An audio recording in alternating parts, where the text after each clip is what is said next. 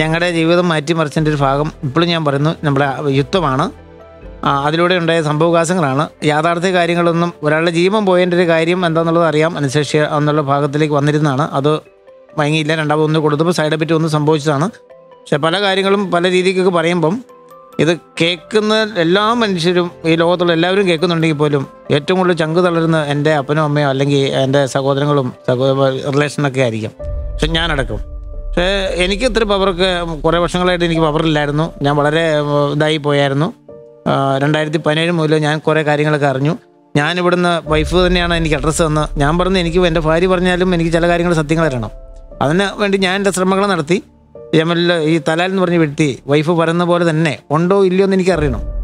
ഞാൻ അങ്ങനെ ഒരാളെ വിട്ട് അന്വേഷണം നടത്തി വീഡിയോ സഹിതം ഞാൻ എൻ്റെ കയ്യിലുണ്ട്. അത് ഞാൻ ആരും വിട്ടതല്ല, ഒരു അറബിയെ തന്നെയാണ് വിട്ടത്. അവർ ജയിലിൽ പോയി കാണുകയും സംസാരിക്കുകയും 2 മിനിറ്റ് കിട്ടുള്ള ഗ്യാപ്പ്. എന്ത് കാരണം കൊണ്ട് ഞാനെന്ന് പറയരുത്, ഉണ്ടോ ഇല്ലെന്ന് അന്വേഷിക്കുക, ഉണ്ടെങ്കിൽ എന്ത് കാരണം കൊണ്ട് ചോദിക്കാൻ പറഞ്ഞു. അവിടെ ചെന്നപ്പോൾ കാരണങ്ങൾ ചോദിച്ചപ്പോൾ ഉണ്ട്, കാരണം ചോദിച്ചപ്പം ഒരു പൈസയുടെ കേസുമായിട്ടാണെന്ന് പറഞ്ഞു. വൈഫ് കേസ് കൊടുത്തേക്കുന്നതെന്ന് വെച്ചാൽ സനയെ കൊടുത്തിരിക്കുന്നത് ഉണ്ടായിട്ട് സെൻ്റെ കാറ് വണ്ടി തിരിച്ചു തരണം. അതൊക്കെ കൊണ്ട് വിറ്റായിരുന്നു. അത് തിരിച്ചു തരണം. പിന്നെ അത് കണ്ടുപിടിച്ചു പോയി. പക്ഷേ അവർ പൈസ കൊടുത്ത് മേടിച്ചിട്ട് പോയല്ലോ, ഇനി പേര് തരില്ലല്ലോ. പൈസ തിരിച്ചു തരണം. നമുക്ക് എത്രയാണോ വെച്ചാൽ ഡോളർ തിരിച്ചു തരണം. അതുപോലെ തന്നെ കല്യാണം കഴിച്ചെന്ന് പറഞ്ഞ് കള്ളപ്രചാരം നടത്തി അത് തിരുത്തണം, ക്ഷമ പറഞ്ഞത് തിരുത്തണം. ഇതിനൊക്കെയായിരുന്നു അവിടെ കേസ് കൊടുത്തത്. അതെ, അത് ഫസ്റ്റ് ടൈമൊക്കെ അടുത്ത ഏരിയയിലായിരുന്നു, അടുത്ത ജയിലിൽ. അത് കഴിഞ്ഞ് പിന്നീട് 2 ദിവസം കഴിഞ്ഞ് വരുമായിരുന്നു. അത് കഴിഞ്ഞ് വീണ്ടും വന്ന് പ്രശ്നം ഉണ്ടാക്കും, ഷൗട്ട് ചെയ്യും, വഴക്ക് പറയും, ചീത്ത പറയും. അതുപോലെ തന്നെ പിന്നെ തല്ലായി. പിന്നെ ആദ്യം എന്ന് പറഞ്ഞു കഴിഞ്ഞാൽ ഞങ്ങളുടെ ഹോസ്പിറ്റലിൽ ഫോട്ടോ എടുത്ത് ഈ എൻ്റെയും വൈഫിനെ കണ്ട് കല്യാണ ഫോട്ടോ ഞങ്ങളുടെ വൈഫിൻ്റെ ഫോണിലുണ്ടായിരുന്നു. എന്നെ കട്ട് ചെയ്ത് കളഞ്ഞിട്ട് അവൻ്റെ ഫോട്ടോ കെട്ടി വെച്ചിട്ട് എനിക്ക് 3 ഫോട്ടോ എനിക്ക് ഇട്ട് തന്നിട്ടുണ്ട് വൈഫ്. ഇങ്ങനെ കാണിച്ചു എന്നും പറഞ്ഞിട്ട്. പിന്നെ ഇപ്പോൾ പൈസയുടെ കാര്യം പറഞ്ഞ് തർക്കമൊക്കെ കഴിയുമ്പോൾ കേസ് കൊടുത്തു. 2 ആഴ്ച എടുത്തു.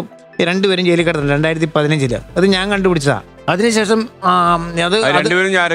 തലാലും എൻ്റെ ഭാര്യയും ജയിലിലായോ? അതെ. അതിൻ്റെ കാരണം എന്ന് ചോദിച്ചാൽ വേറൊന്നുമല്ല, ഞങ്ങളുടെ പൈസയൊക്കെ എടുത്തുകൊണ്ട് പോയ സമയത്ത് ചോദ്യങ്ങളായി, പ്രശ്നങ്ങളായി, ബഹളങ്ങളായി. അതിനുശേഷം ഇവർ അവിടെയുള്ളവർ പറഞ്ഞിരിക്കുന്ന ഇന്ത്യയിലേക്ക് നാട്ടിലേക്ക് വന്നിട്ട് പോയപ്പോൾ നമ്മൾ ഫോട്ടോ എടുക്കുമല്ലോ, അത് സീനറി ഫോട്ടോ. അതായത് നമ്മൾ ഓരോ സ്ഥലത്ത് പാർക്കിലൊക്കെ പോയിട്ട് ഫോട്ടോ എടുക്കുന്ന അവർ തമ്മിൽ നിൽക്കുന്ന ഫോട്ടോ അല്ലാത്ത ഫോട്ടോ എടുക്കുമ്പോൾ അത് ഇന്ത്യ വന്നിട്ട് കേരളം എന്തായാലും യമനിലതില്ലല്ലോ. അങ്ങനെ ഇന്ത്യയിൽ പോയെന്നും ഇന്ത്യ വെച്ച് കല്യാണം കഴിച്ചു എന്നാണ് അവിടെ പബ്ലിസിറ്റി കൊടുത്തിരുന്നത്.